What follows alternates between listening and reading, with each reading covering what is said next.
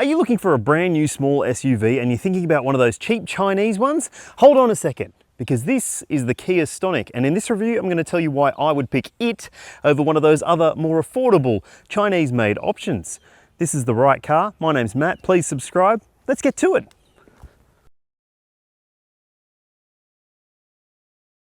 For 2024, the Kia Stonic range consists of just one variant, the GT-Line, which is this one here.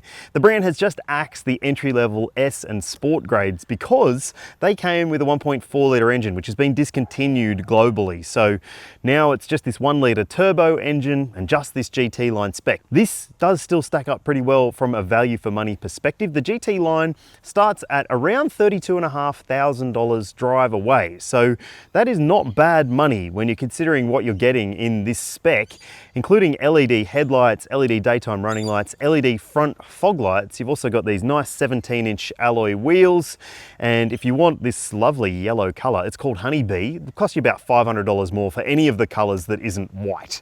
So that might factor into your calculations as well. But on the inside, you do get a few really good features too. An 8-inch touchscreen media system with wired Apple CarPlay and Android Auto. That screen also has sat-nav, and it's hooked up to a 6-speaker sound system. You've got some fake leather trim elements on the seats, which are really, really nice looking seats. And then there's also a premium finish on the steering wheel and gear selector. That's fake leather. And as part of this 2024 update, the Stonic GT-Line comes with a sunroof as standard. You used to be able to get it with a two-tone roof, but that's been discontinued as well in the aim of simplification. So, is it a simple choice? Should you choose this, or should you choose one of these rivals? Look, if you're spending as little money as you can on a little SUV and you're looking at one of those Chinese models like the GWM Haval Jolion, which I've reviewed, you can check out why I wouldn't choose it, or the Chery Omoda 5, and I've done a review of it and you can see why I wouldn't pick it either, or the MG ZST, and it would be the one of those three that I would pick, but it's certainly not the greatest small SUV on the market, but it is very affordable, so that's why it sells very well. But hey, if I was spending my money on a small SUV like this, if I wasn't choosing the Stonic, because I kind of like this car, I would choose the Volkswagen T-Cross. It's a tiny little SUV, but big on practicality. It's got a decent sized boot, it's got a sliding second row seat to make things a little bit more user-friendly if you need that, and also it's got a fantastic 1 litre turbocharged 3-cylinder engine and a great little dual clutch automatic transmission, one that's much better than the dual clutch in this car. I'll tell you about that in a sec.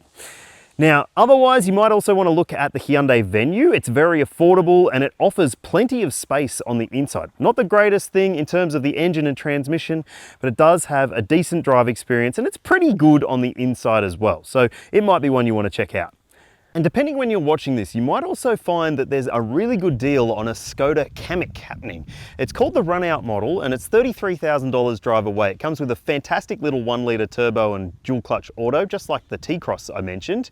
And while there is an update coming for the Kamiq and the price probably won't stay that low for very long, it's a fantastic and well-designed and also really nice to drive little SUV. So I'd choose one of those, but tell me which one you would pick or something else in the comment section below. The Kia Stonic is based on the existing Kia Rio, which has now been discontinued. And look, it gets those SUV style styling themes with those black cladded sections around the wheel arches and at the bottoms of the doors. And I reckon it actually looks pretty tough. It's only 4.14 meters long, so it is pretty small, going to be small enough for your urban duties, parking and so forth in car parks and tight spots, or even turnarounds in tight streets. And it does have a surprising amount of space on the inside. I'll show you that shortly, but hey, this car is almost 7 years old, might even be older than that, and it doesn't look it. I think it still looks pretty good. Let's check out the boot and see if it's good. Rightio, so this car is quite small, but it has quite a large boot for the size of the Stonic. You do get a fair amount of cargo capacity in the boot area, and it's big enough to fit a pram or some shopping bags and, you know, a weekend away worth of luggage, but not like a 3-week holidays worth of luggage. I guess you could put a cargo box on the roof rails and that'd look pretty cool, I reckon. Now, Keep in mind though that it doesn't have an adjustable floor height, but you do have a space saver spare wheel underneath the boot floor, which is good to see. Plus you get some other nice little features in here, including shopping bag hooks. So if you are going to the shops, you know what happens sometimes, the bags just throw everything all over the boot floor. Not so if you attach them to one of those hooks. Got a light in there as well. So yeah, I reckon it stacks up pretty well for a city-sized car with a family-friendly-ish boot. If you're looking at about this kind of money for your new car, then you might have already checked out some of the rivals I mentioned earlier on from the Chinese brands that really do offer a lot more wow factor when you sit inside the cabin. But wow factor doesn't equate to usability in most of those instances. And in this instance, usability is really, really good. It's all very intuitive, it's all very simple, and it's all very nice. Look, you've got an 8-inch touchscreen media system here. As I mentioned, wired Apple CarPlay, wired Android Auto, built-in sat-nav as well. And it's very, very simple to get your way around this screen. You've got buttons down below, and you do have knobs for your tuning and zooming, and also for your volume control as well. And down below, you've also got a couple of knobs for your climate control. And I really love the fact that even though it's just a single zone climate control, this is just so easy to adjust on the run. And that's one of the things that some of those other brands that have affordable cars don't have, because making a screen with software is cheaper than making buttons, knobs, dials, and design. So yeah, I like this a lot more than I like the Chinese SUVs that this competes against. But look, I will admit that it is missing a little bit of wow factor. Sure, you still get standard gauge cluster with a small color screen in between there with your digital speedometer, which is good. Steering wheel controls are all really good. It's a nice flat bottom steering wheel with this premium finish and perforated bits as well. And also, all the other controls are just how you would expect they would be, including a normal shifter and a manual handbrake as well. Now, it could be better though. There is no wireless phone charger, despite the fact that there are two little shelves here that would, in theory, be able to fit one. You've got a couple of small cup holders between the seats, a small center console bin with a soft padded armrest as well. There's bottle holders in the doors too. And you've also got pretty comfortable seats. They're not the sportiest sports seats, but they are definitely comfortable for this kind of car. They're not too small, not too big, and I reckon the material finishes look pretty smart as well.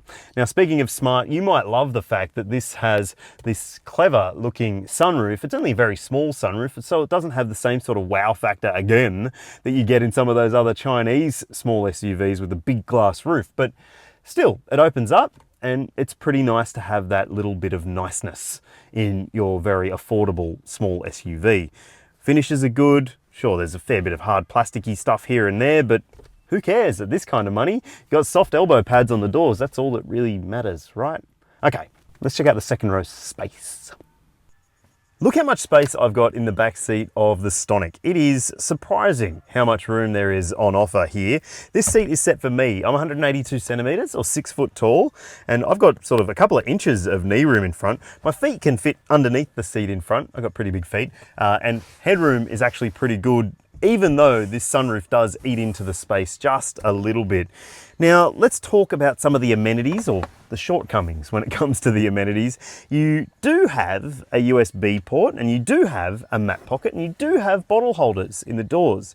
What you don't have is directional air vents or an armrest or cup holders. So it's a bit basic, but if you are just going to use it as a runaround car for your kids, for example, there are ISOFIX points in the window seats and 3 top tether points as well. You can fit a forward-facing or rearward-facing capsule in here easily with someone sitting in front too. So if you are thinking that this is going to be too small for you and your family, you might be surprised. Gone are the 1.4 litre engines from this lineup. So now it's just this engine here, the 1 litre 3-cylinder turbocharged petrol, and the outputs are pretty decent. Not quite as good as some of the other rivals out there, but I reckon good enough for this application. What might not be good enough for this application is the 7-speed dual clutch automatic transmission. I'll tell you some of its quirks when we go for a drive, and all models are front wheel drive. All right, let's do it. Righty, I've just started up the Kia Stonic, and there's one thing I do every single time I jump into this particular car. It's not turn off all the safety systems like in some other cars, because it doesn't have all the safety systems, but that's actually not too bad of a deal if you ask me. One thing I do is hit the drive mode button, because it defaults to eco every single time you drive this car. So I press that button down there and put it in normal mode or even sport mode, depending on how I'm feeling, because you get more out of this powertrain when you do that. It's also got a lane keeping system, which I do turn off because it is a little bit pushy, but around town you won't notice it because it only kicks in at about 60 k's an hour or so, or higher. All right, so what is it like to drive? It's a pretty nice little small SUV. It certainly has the slightly higher ride height that you would expect. It's not necessarily a commanding driving position where you sit, but it does feel like a pretty nice little crossover vehicle between a hatchback and a small SUV, and I guess that's the whole point of it. It isn't quite as big or bulky as the Seltos, which sits above it, and well, it's certainly not as small as a Picanto. So it does have its own spot to sit in the Kia range, and I reckon it does a pretty nice job in terms of the drive experience. Like, it's livable for the most part. Now, I'll tell you why it might not be livable for you. So just pull up at this intersection. It's got engine start stop, so that's activated now. I'm just going to take off, turning to the left here. Ready? 3, 2, 1. And we're away. So look, that gives you an idea that there is some lag, especially if you have the start-stop system active, when this dual clutch automatic transmission just takes its time to get moving, and then the turbo lag that this engine has as well. It all combines to, well, a bit of a slow stop and start situation sort of car. And unlike in, say, that Nissan Juke that I also reviewed, you can find the link in the description, it's not as easy to get a workaround for this car to make it a little bit more livable. It is just a little bit lazy when it comes to the start-stop stuff. So if you're always coming to a stop in traffic or at traffic lights, for instance, you might find it to be a little bit tedious in some situations. Look, I don't think it's a deal breaker, but make sure you do a lot of stop-start driving if you're going to go for a test drive and see if you can live with it, I would suggest. Now, that dual clutch automatic also has some pretty snappy shifts at higher speeds, and it's not too bad at lower speeds. Can be a little bit slow, as I said, but I reckon that it's a pretty good transmission. If you want to take matters into your own hands, there is a manual shift option as well, but there's no paddle shifters. So, I mean, it's not a sports car. Righto, so what about the engine? Well, it's a 1-litre turbo, as I've mentioned. It's a little bit short on torque or pulling power. So you might notice that if you load it up and you hit a highway hill, that it is a little bit breathless, but it's not necessarily gutless, I would say. So it's just one of those things. You have to learn how to drive a small turbocharged petrol engine in some instances, particularly with some transmissions. Some other cars in this segment, I mean, the defunct Ford Puma comes to mind. Well, it just felt zippy in pretty much all situations because that was how it's tuned. God, it's such a shame they killed that car off. It would have been the best alternative to this.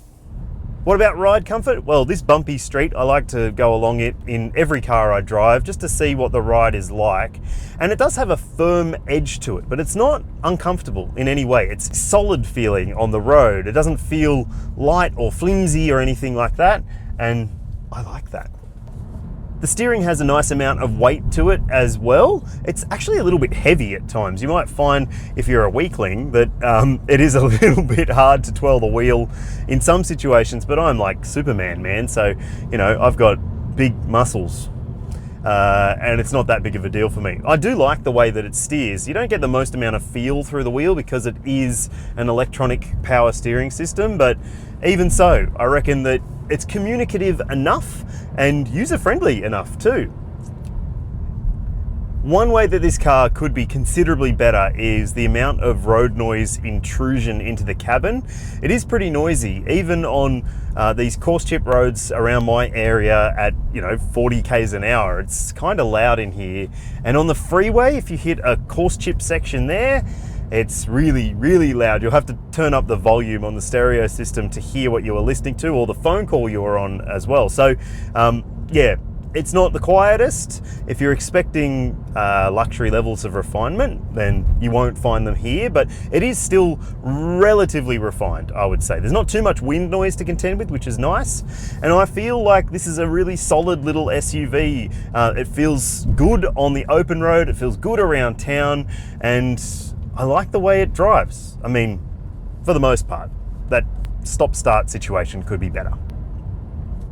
Okay, fuel consumption. On your screen, you'll see the official combined cycle number for the Stonic Turbo model, and I reckon that that is decent. If you can achieve that, you'll be very happy, but my week of testing in real-world situations hasn't necessarily replicated that figure.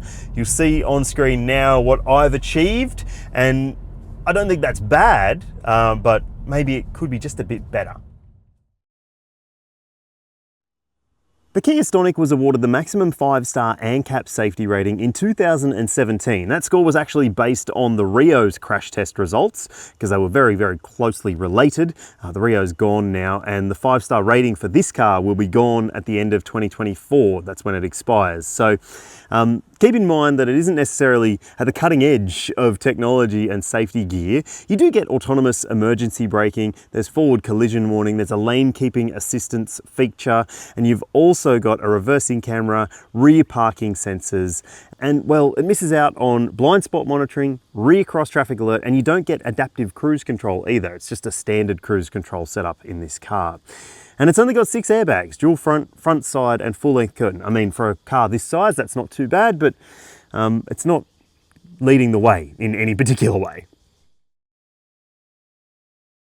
This could be the part that makes or breaks the decision for you when it comes to the Kia Stonic. It comes with a 7-year unlimited kilometre warranty, which is good as some of the other brands out there, that's for sure.